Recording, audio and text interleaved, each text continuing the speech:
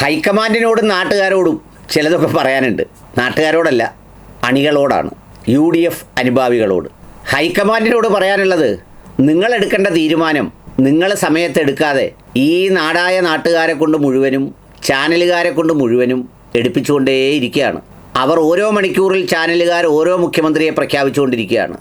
മുൻതൂക്കവും പിൻതൂക്കവും ഒക്കെ വടംവലി പോലെ ഇങ്ങനെ കാണിച്ചുകൊണ്ടിരിക്കുകയാണ്. ഇപ്പം അല്പം മുൻതൂക്കം അങ്ങോട്ട്, ഇപ്പം അല്പം മുൻതൂക്കം ഇങ്ങോട്ട്. ഇല്ല, ചരടുകളുടെ പോയിൻ്റ് മാറുന്നത് പോലെ ഈ വലിപ്പിക്കുന്നതിനും ഈ നാട്ടുകാരെ മുഴുവൻ ഇതിനകത്തിട്ട് അടിപ്പിക്കുന്നതിൻ്റെയും പ്രധാന ഉത്തരവാദി ഈ ഹൈക്കമാൻഡ് എന്ന് പറയുന്ന ആ സംവിധാനമാണ്. യഥാർത്ഥത്തിൽ നിങ്ങൾക്ക് അപ്രതീക്ഷിതമായ ഒരു വലിയ വിജയം ജനങ്ങൾ മുഴുവൻ തന്നു കഴിയുമ്പോൾ നിങ്ങൾ ചെയ്യേണ്ടത് എന്താ? ഇപ്പോൾ നിങ്ങൾ പ്രതിനിധികളായി ഇവിടെ അയച്ചവരൊന്നും 10-20 സംസ്ഥാനമൊന്നും ഈ രാജ്യത്തില്ല, വേറൊന്നും നടക്കുന്നില്ല. അപ്പോൾ സ്വാഭാവികമായിട്ട് എന്ത് വേണം?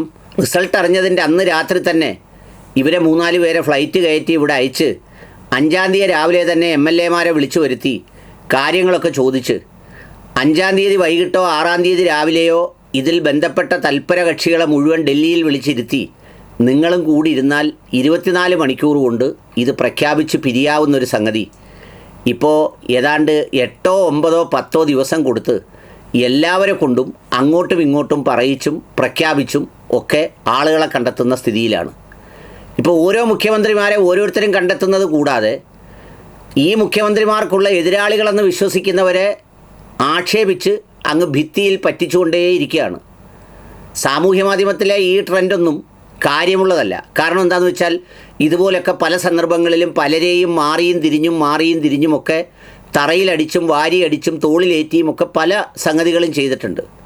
എന്ന് വിചാരിച്ച് തീരുമാനമെടുക്കേണ്ട നിങ്ങൾ ആ സമയത്ത് തീരുമാനമെടുക്കാതെ കാണിക്കുന്ന അഭ്യാസം കാണുമ്പോൾ വല്ലാണ്ട് ചിരി തോന്നുക എന്ന് മാത്രമല്ല, ഇത്രമേൽ അധോഗതി ഉണ്ടാകുന്നതിന് കാരണം ഇതാണ് എന്ന തരത്തിലാണ് തോന്നിപ്പോകുന്നത്.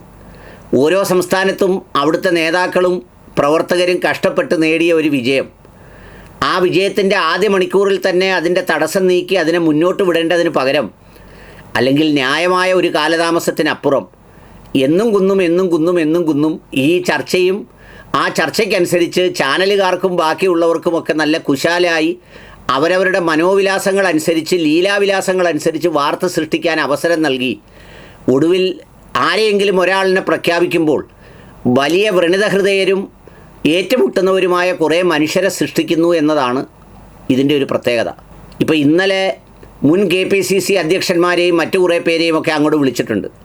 അവരാരും അവരെ വിളിക്കുമെന്ന് പ്രതീക്ഷിച്ചിരുന്നതേ അല്ല. ഒരു ഫോൺ കോളിൽ എല്ലാ സാങ്കേതിക വിദ്യയും അറിയാവുന്ന രാഹുൽ ഗാന്ധിക്ക്, സാം പിട്രോഡയെ പോലെയുള്ള ടെക്നോക്രാറ്റുകളുള്ള രാഹുൽ ഗാന്ധിക്ക് ഒരു സംവിധാനമുണ്ടാക്കി 1 മണിക്കൂർ കൊണ്ട് അവരുടെ മുഴുവൻ അഭിപ്രായങ്ങളും വളരെ പേഴ്സണലായി മനസ്സിലാക്കി ഇന്ന് ഉച്ചയ്ക്ക് മുമ്പ് തീരുമാനം പ്രഖ്യാപിക്കാവുന്നതാണ്. ഇനി അതുമല്ല, ഇതിലാകെയുള്ള 3 തൽപര കക്ഷികളേ ഉള്ളൂ. 1 VD സതീശൻ, 2 രമേശ് ചെന്നിത്തല, 3 KC വേണുഗോപാൽ. നിങ്ങൾ തീരുമാനിക്കുന്നത് VD സതീശനെ ആണെങ്കിൽ KC വേണുഗോപാലിനോട് ഈ പറയുന്ന സംഗതിയിലേക്ക് ഏർപ്പെടേണ്ട, നിങ്ങൾ സംഘടനാ ജനറൽ സെക്രട്ടറിയായി തന്നെ തുടരുക, ഇപ്പോൾ സ്റ്റേറ്റിലേക്ക് പോകണ്ട, നിങ്ങൾ ആ റേസിൽ പങ്കെടുക്കണ്ട എന്ന് ഒരു സൂചന നൽകിയാൽ ആ നിമിഷം അദ്ദേഹം അതിൽ നിന്ന് പിന്മാറും. രമേശ് ചെന്നിത്തലയോടും കാര്യം പറഞ്ഞ് ബോധ്യപ്പെടുത്താം, നിങ്ങൾക്ക് VD സതീശനെ പ്രഖ്യാപിക്കാം. ഇനി അതല്ല, നിങ്ങൾ ഉദ്ദേശിക്കുന്നത് വേറൊരാളിനെ ആണെങ്കിൽ നിങ്ങൾ ഇവരെ 3 പേരെയും ഡൽഹിയിൽ തന്നെ തുടരാൻ അനുവദിച്ച് ഈ കാര്യത്തിൽ നിങ്ങളുടെ തീരുമാനമെടുത്ത് ഇവർക്കിടയിൽ ഒരു അമിക്കബിളായിട്ടുള്ള സെറ്റിൽമെൻറ്റ് ഉണ്ടാക്കിയാൽ അവസാനിക്കുന്നതേ ഉള്ളൂ ഈ വിഷയം. അതിനു പകരം ഇതൊരുമാതിരി എന്താ പറയുന്നത്, ചില കൊച്ചുകുട്ടികൾ ഐസ്ക്രീം തിന്നുന്നത് പോലെ കുറേ പുരട്ടി, വായിലും പുരട്ടി, കുറേ ശരീരത്തും പുരട്ടി, തലയിലും പുരട്ടി, എന്ത് സംഗതികളാണ് ഈ കാണിച്ചുകൊണ്ടിരിക്കുന്നതെന്ന് ഒട്ടും മനസ്സിലാവുന്നില്ല. ഇനി അനുയായികളോടാണ്, അണികളോടാണ്. മത്സരിച്ച് ഇങ്ങനെ പലരും പോസ്റ്റ് ഇട്ടുകൊണ്ടും ചിലർ വീര്യത്തോടെ ഇതിൽ നോക്കിയിരിക്കുകയാണ്.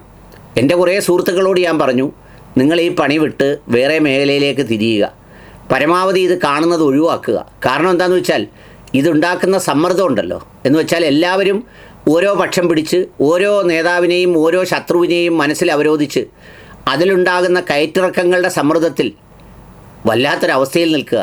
ലോകത്തെവിടെയെങ്കിലും പ്രസവം കഴിഞ്ഞ് വീണ്ടും ഇതുപോലെ സമ്മർദ്ദത്തിൽ, പ്രസവത്തിന് മുമ്പ് ഈ സിസേറിയൻ അല്ലെങ്കിൽ പ്രസവമുറിയുടെ വാതിലിൽ ഭയങ്കര സങ്കീർണമായി നിൽക്കുന്ന ആളുകളെ കാണാം.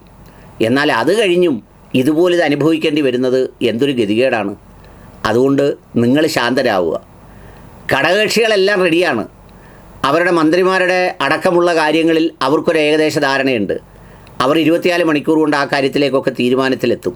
പക്ഷേ സിനിമയിൽ പറയുന്നത് പോലെ നിങ്ങൾ ഉദ്ദേശിക്കുന്നത് ആരാണ്, ആ ഉദ്ദേശിക്കുന്ന ആളിനെ എന്തുകൊണ്ട് തിരഞ്ഞെടുക്കുന്നു എന്നുള്ളതുൾപ്പെടെ നിങ്ങൾ പബ്ലിക്കിൻ്റെ മുന്നിൽ അനൗൺസ് ചെയ്ത് ഈ നാടകീയ സങ്കീർണത അവസാനിപ്പിച്ച് ഈ ആൾക്കൂട്ടത്തെ പിരിച്ചുവിടണം എന്നുള്ളതാണ് എൻ്റെ വിനീതമായ അഭ്യർത്ഥന.